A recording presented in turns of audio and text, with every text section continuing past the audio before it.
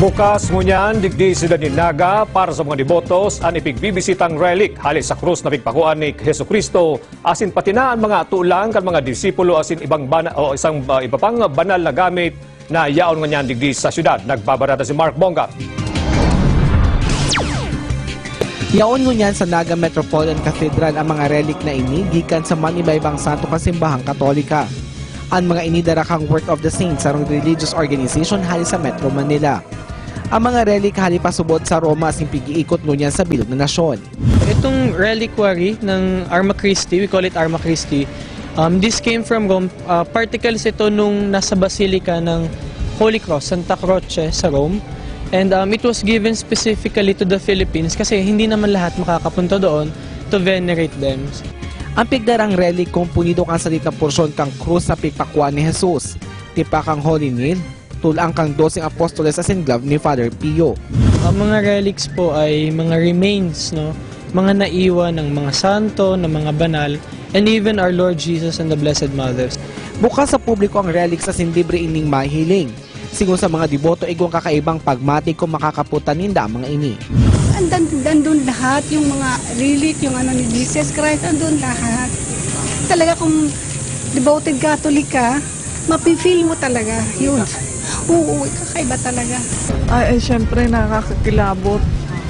Syempre, kasi ako ni Father Pio. Mark Bonga't nagbabareta, Bicol. Bukas ngunyan, digdi sila ni Naga para sa mga devotos ang ipigbibisitang relic halis sa krus na pigpakuan ni Hesus Kristo asin pati na ang mga tulang kan mga disipulo asin iba pang banal na gamit na yaon ngunyan digdi sa syudad. Nagbabarata si Mark Bonga. Yaon ngunyan sa Naga Metropolitan Cathedral ang mga relic na ini gikan sa manibaybang santo kasimbahang Katolika.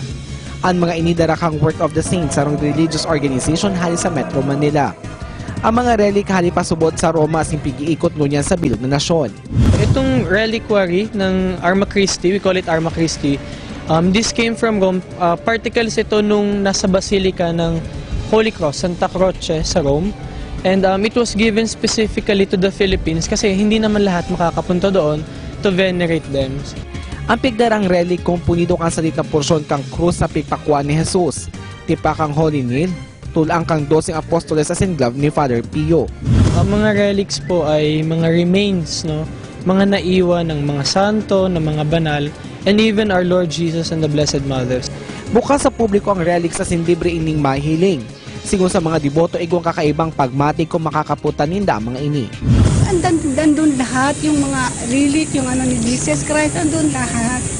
Talaga kung devoted Catholic ka, mapifeel mo talaga yun. Oo, kakaiba talaga. Ay, syempre nakakakilabot. Syempre, kasi ako ni Father Pio. Mark Bonga't nagbabareta, Bicol.